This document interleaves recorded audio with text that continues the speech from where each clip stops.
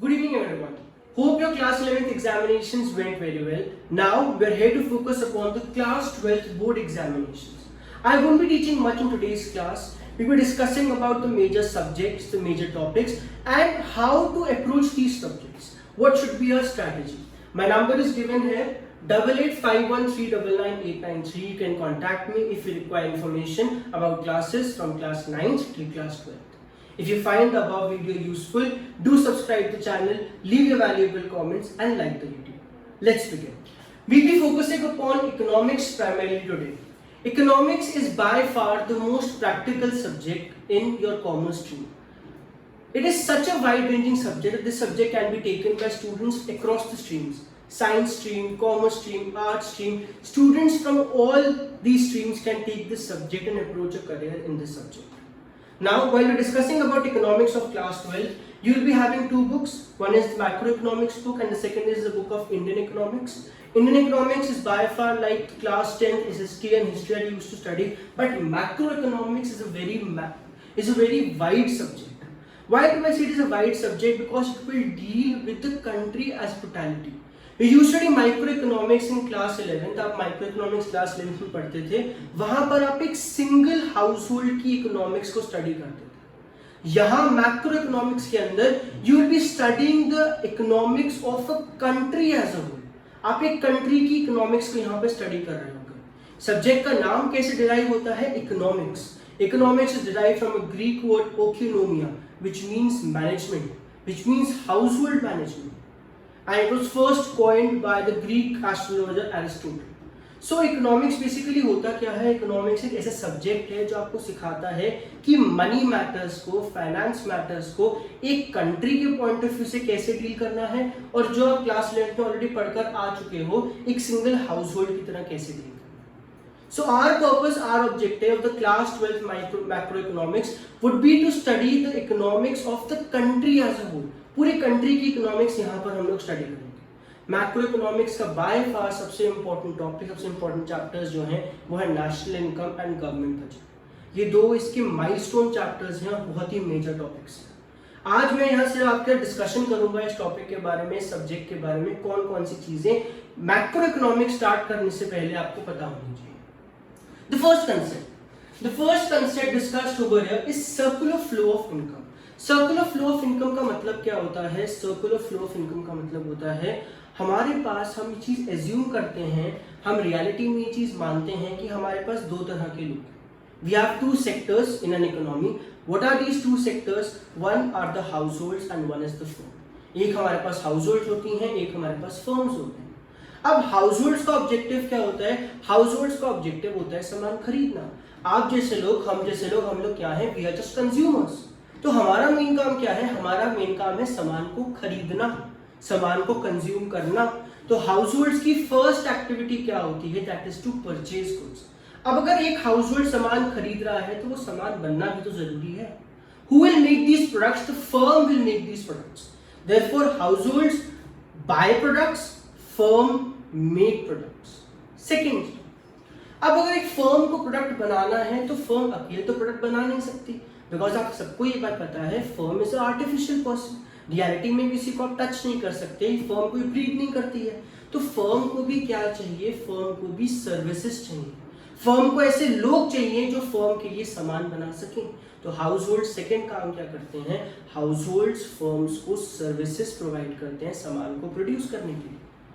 एक फर्म है, अगर आपने ये बात पहले भी छोटी क्लास में पढ़ रखी है, there are total 4 factors of production: land, labour, capital and entrepreneur.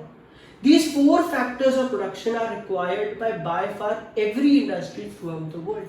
Her industry को ये 4 फैक्टर्स तो चाहिए ही चाहिए. ये 4 फैक्टर्स कौन प्रोवाइड करता है? ये हाउसहोल्ड्स प्रोवाइड करते हैं. तो हाउसहोल्ड्स का सेकंड ऑब्जेक्टिव क्या आता है? Households provide these services and in return, इसके रिटर्न में फर्म क्या करती है? फर्म उनको पेमेंट करती है.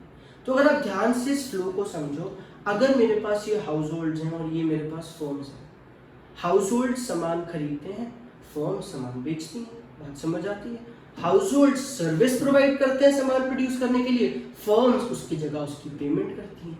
तो अगर आपको ये सर्कल समझ आ रहा हो, this is the circular flow of income, this is the circular flow of money. एक इकोनॉमी के अंदर, एक कंट्री के अंदर पैसा रोटेट कैसे होता है, मनी मूव कैसे होती है, that is the concept of circular flow of income. तो सर्कुलर फ्लो ऑफ इनकम में हमने क्या देखा, हमने कहा सर्कुलर फ्लो ऑफ इनकम में हमारे पास दो कैटेगरीज हैं, एक हमारे पास हाउस होल्ड्स है, एक हमारे पास फर्म्स है।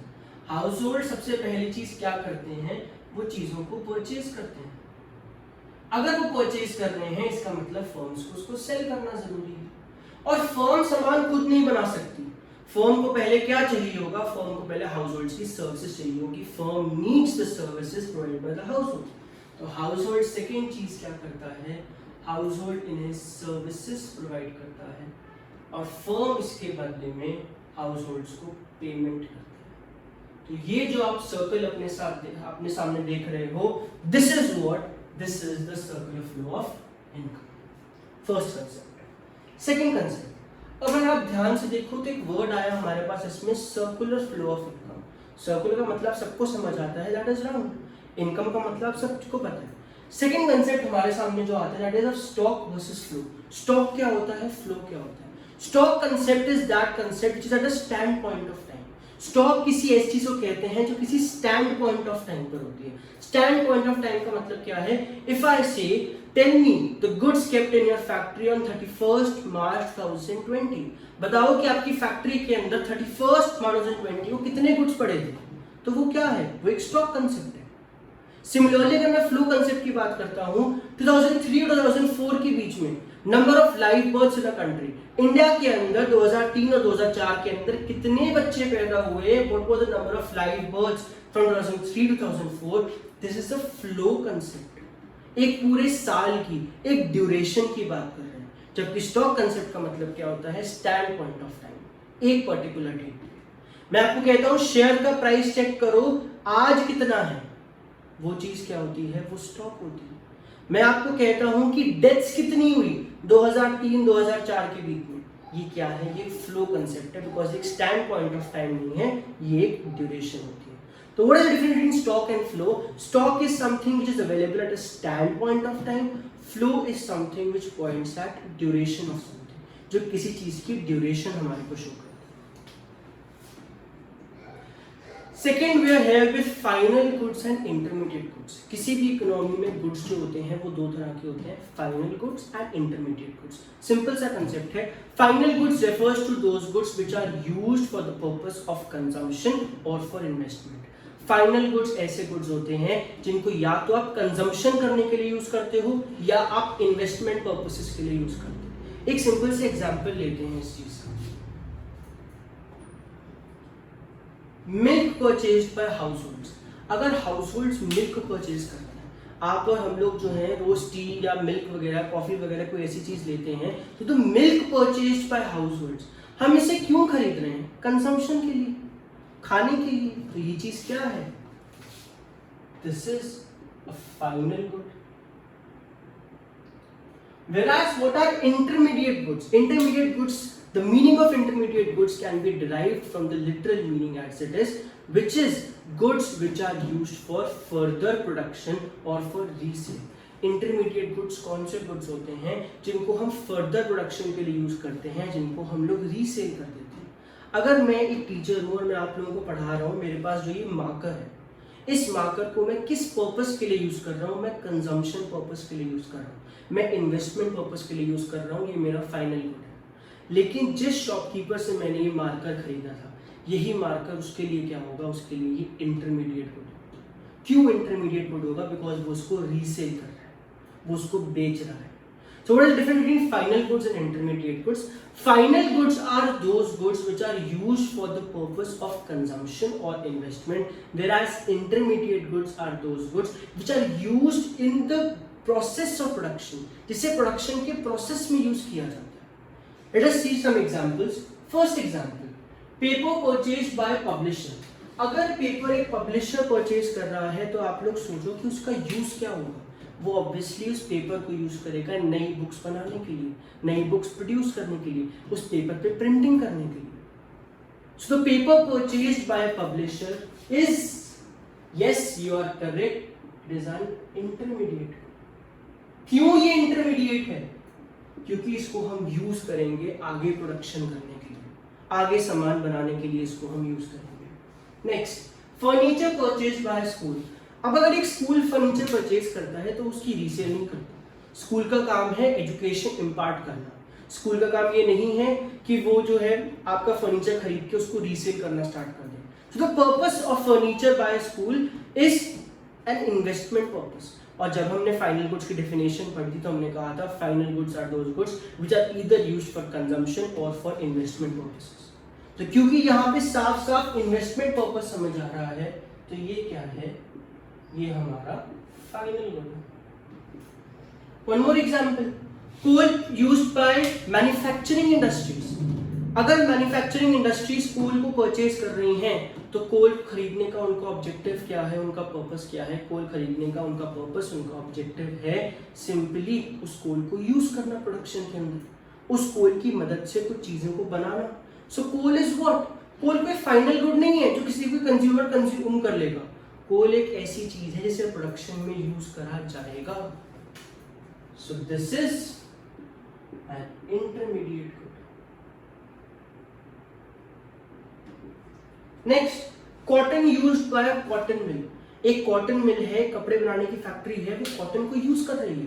तो वो कॉटन को क्यों यूज कर रही है? वो कॉटन को यूज कर रही है उसकी शर्ट्स बनाने के लिए, उसकी क्लॉथ्स बनाने के लिए, उसके गारमेंट्स बनाने के लिए। So the cotton used by a cotton mill, yes, you all are correct, it is an intermediate good because it is used in the process of production. इसे हम प्रोडक्शन के प्रोसेस में यूज कर रहे हैं, इसे हम कंजम्पशन या इन्वेस्टमेंट के पर्पसेस के लिए यूज नहीं कर रहे हैं। So we discussed 4 concepts today. First is the circular flow of income. When I talk about circular flow of income, we assume there are 2 sectors in an economy, one is households and one are firms. Households का main purpose क्या है? सामान खरीदना और services देना। Firms का main काम क्या है? सामान बेचना, और जो सर्विसेज हाउस होल्ड्स उनको प्रोवाइड करी है उसके बदले में उनको पेमेंट करना, उनको फैक्ट्री वेजेस देना। तो ये चीज क्या है? ये हमारा सर्कुलर फ्लो ऑफ इनकम है। नेक्स्ट हम लोगों ने देखा स्टॉक वर्सेस फ्लो। स्टॉक एक ऐसी चीज जो एक स्टैंड पॉइंट ऑफ टाइम पर होती है, फ्लो ड्यूरेशन को दिखाती है। स्टॉक कितना था आपके गोडाउन में 31 मार्च को, और number of life births and number of deaths कितनी हुई 2003-2004 के बीच में। This is a flow concept. Next, final good और intermediate good. Final good purpose देखते हैं आइडेंटिफाई करने के लिए। फाइनल गुड्स को क्यों यूज किया जा रहा है? It is being used for consumption purposes और एज एन इन्वेस्टमेंट,